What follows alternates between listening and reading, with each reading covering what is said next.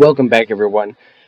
As you can see from the time lapse, this is an absolutely massive furnace array and it has taken me over a month to build.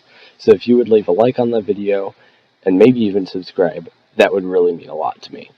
This is the Soulfire Forge 3120, smelting over 1.1 million items per hour, fully hopper locked and equipped with a full chunk loading grid.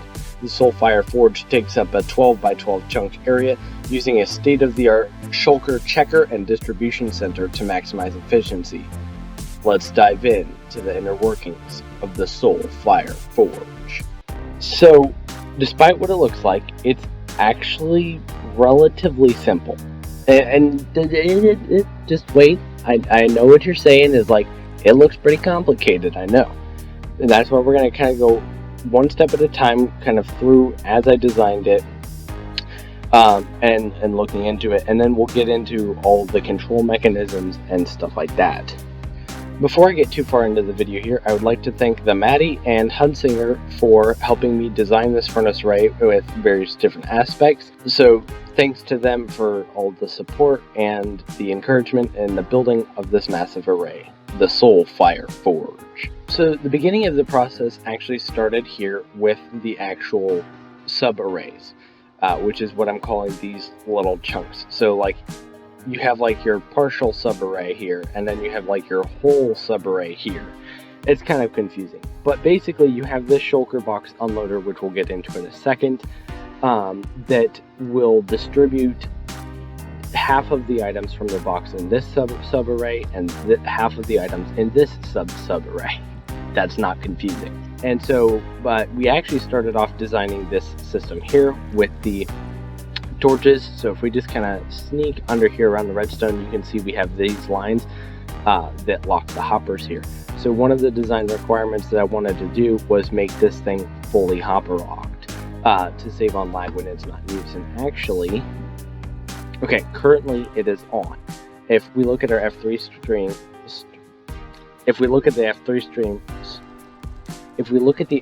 screen right now, you can see that it's kind of hovering around 30 MSBT. Now, this does cause quite a big lag spike and will be part of the next optimization. But now you can see, now that everything has been locked, we're now hovering around 10 MSBT with spikes if I'm moving around the camera and stuff like that, just because of client-side rendering. On a server, this would be much lower.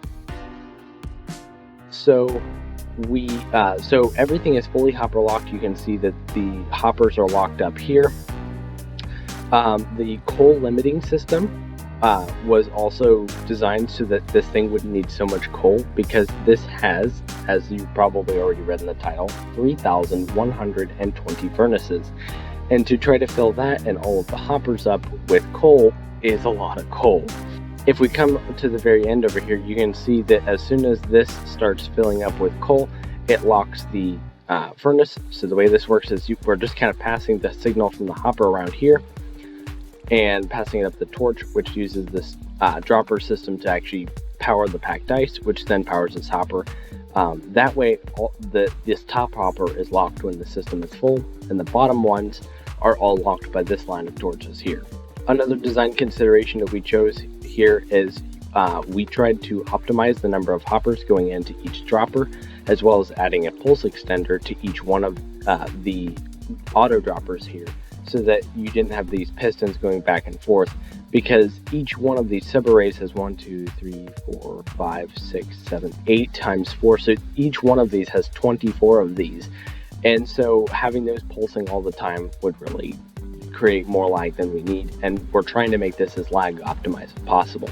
Another thing we did here is inside of the sub-array, we're actually using the same auto dropper system for both sides, and because both of these sides will always basically be running at the same time, we don't have to really worry about any lag coming from that. Next, I'll try to take you through the coal system just a little bit here on how the coal actually gets distributed around through the furnace arrays, because we actually have a little bit of a smart system set up so that we can bypass arrays and reduce the amount of items flowing through the system at one time. So this is the coal storage that holds enough coal to smelt about 3 million items. And so when each side of the furnace array is actually hooked up to one side of this in such a way that we can put coal in here, and it kind of pulls it out of both sides so that we can distribute the items evenly, and then whichever side needs coal will activate this line, which will then enable this to start running and distributing coal throughout the system. So if we kind of follow here, each side is separated and kind of goes along this bottom water stream, which will then continue all the way down. So each one of these is going to continue all the way down here. And so what we've done is this line down the middle here is actually big AND gate, which basically if any of these furnaces need coal, this line will turn on, which then will raise this piston and close this one over here so that all the coal is directed into this bubble column and will go and start coming down the array here. So when all of the coal makes it through here, this will obviously turn off, which will cause it to be locked like it is now so that the items will bypass that subarray and continue on to the next one, and the excess items will just flow over to the top. Then, of course, we have the item collection here at the bottom, and we have these trapdoors spaced out just perfectly, and we had to do some funky redstone stuff so that we could still lock the hoppers and not interfere with the trapdoor. But what this does is actually causes the items to kind of stack up in clumps so that they create less lag. And so then all the items will travel down these. All of them will basically get merged into this one water stream, which will then come up for the player to pack into shulker boxes. Now this is a good time to explain a few of the design elements that we chose here, because as some of you probably already know, I got accepted to Skytech, also previously known as ProtoSky. And there, I realized that they did not have a very good super smelter, a 64 array. I mean, we needed a bigger one, so I took it upon myself to start designing this one. But because we're dealing with a limited environment, shulker boxes are very hard to come by, and so I tried to design this system to use as few as possible.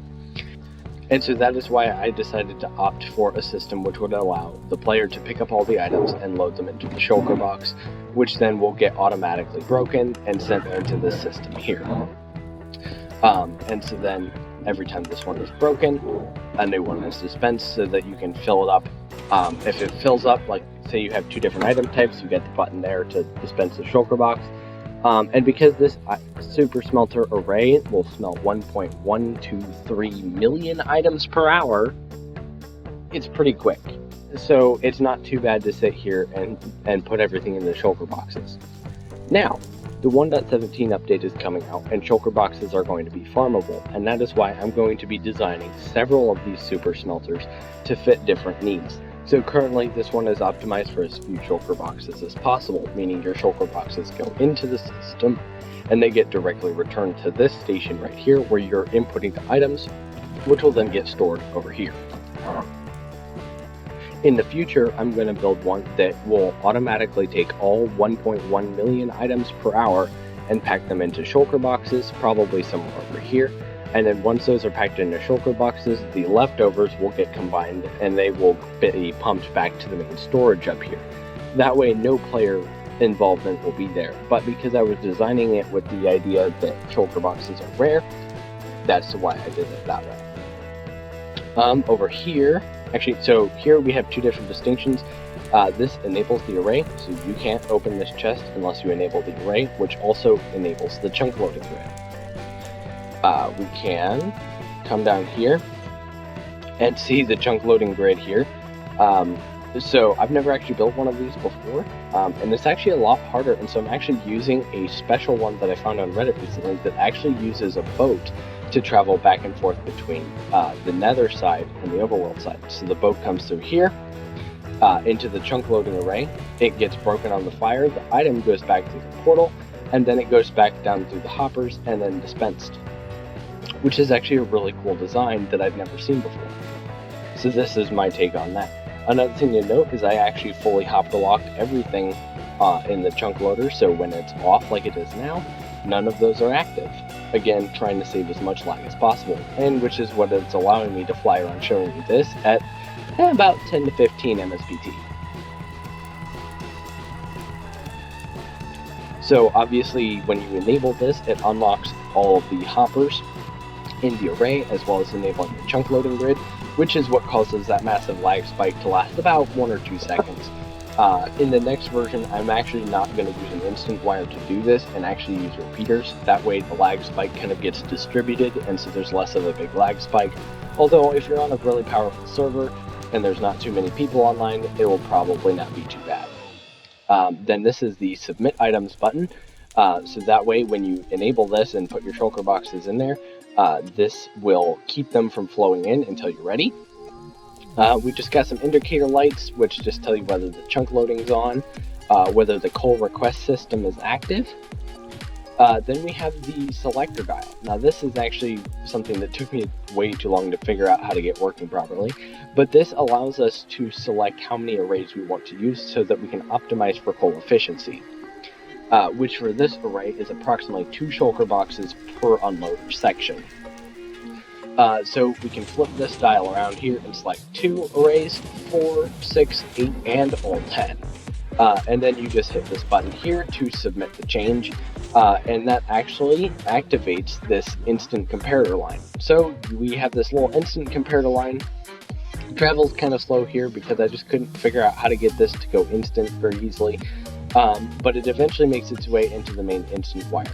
Now, obviously, these 2 will always be on, so we don't have to do anything to those, but the next one, we just use a composter to subtract the comparator readout, so that only when 4 or more arrays are selected will this array be on, which just turns off this hopper, which is what takes the shulker box and sends it into the system too. So if we just flip it around to 6, and we submit it real quick here, we can come over here, and we can see that 2, 4, 6 are on, and the last 2 down there are off, and this works for all of the different settings.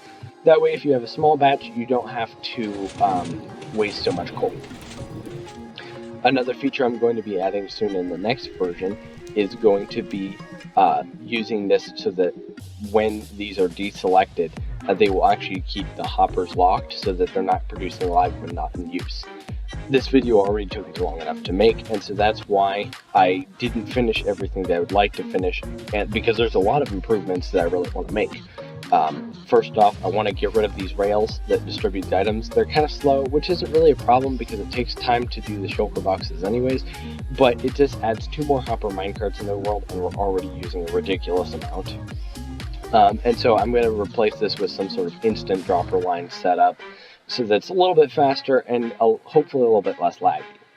Now, continuing on with the control panel process here, come up here, so we have all of our fancy indicator lights here. This is the coal block ungrafting system. We started storing a whole bunch of coal blocks on the server to power this furnace, and so I figured the best thing to do to help start fueling it would be to have a system that you could use to ungraft the coal and drop it into the system. The only really interesting thing about this is whenever it switches a shulker box, it actually switches which side it goes to kind of even out the item distribution. I'm really not happy with this coal storage system. It is fully hopper locked, which is good, but I'm just not super happy with it, and I'm going to make a much better one, probably a shulker box based one. This is the indicator light, which is going to tell you if your fuel storage is full. It'll never be full. We also have the coal enabling system. This just unlocks all the hoppers because in this portal, this is actually going to be going right next to a wither skeleton farm, and so this portal is where all the coal is going to be flooding into the system to get stored for the super smelter array, and so that just kind of enables that. We also have the system purge.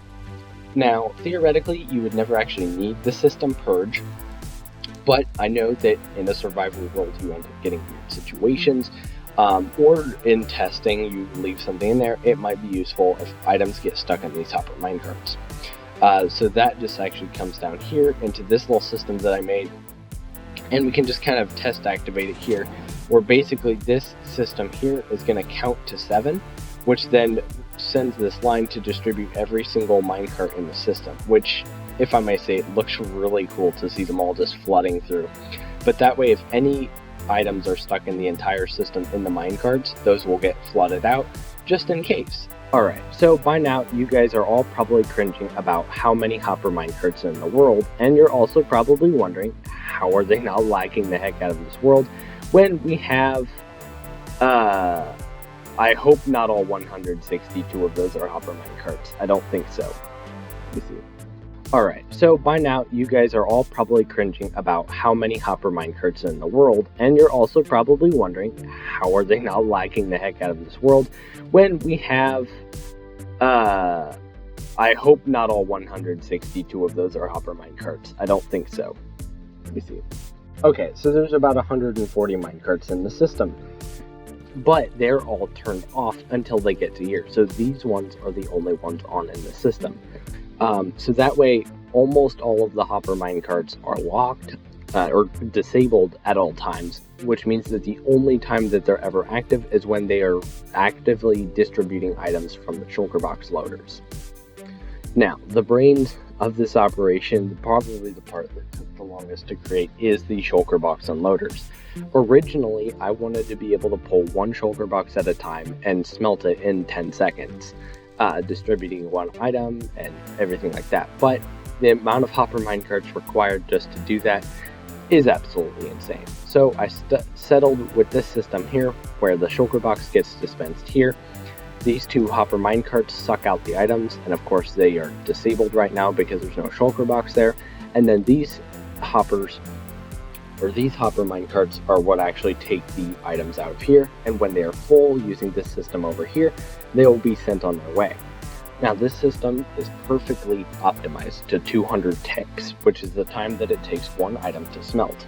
So that way when we put a shulker box in here, as soon as this item in this first furnace here is done, another one is immediately put back to continue smelting. That's also why we chose the strange number of furnaces in this array to be, I think, 108 or something kind of weird like that. That way we can use all of our fuel effectively if we put enough shulker boxes into the system, and we can continue distributing as fast as possible. That's why I created this little tube here, which I accidentally bumped a second ago, and so the hopper minecarts come in through the top here and then get pushed over, so that way we don't have to wait for this one to come all the way back. We can just send one every 200 ticks. And of course we have taken all of these elements and created them many times, so there are 5 on each side with a total of 10 of these sub-arrays. Now I do plan to make a video using different configurations, so I would like to make one where it just uses one of these, which would be good for like a single player world, or maybe 2 if you are more adventurous, and that way you can have different arrangements for different types of players. My goal is to make a whole assortment of the Soulfire Forge arrays, so that not only can you have big arrays like this for technical people and large technical servers, but you can also have smaller arrays that you can build in single player and still work really well, as well as having different configuration options for whether you have lots of shulker boxes or not lots of shulker boxes, whether you want to do it manually or whether you want to have it completely automatic. And so I do plan to actually build a whole grouping of these, which will probably have their own dedicated group video at some point. The last little thing to really go over is probably the massive control infrastructure down here. You have this instant wire that goes here, which actually locks and unlocks all the hoppers. You have your item transport that goes back to the player. You have your shulker box return lines. You have your coal distribution. It's really quite compact, and I tried to keep it as symmetrical as humanly possible, because you can't lie. I mean, this is really cool, and probably the biggest machine I have ever made. Once again, I would like to thank the Maddie and Hunsinger for their help in development of this array, and I would like to thank you all for watching. See you next time.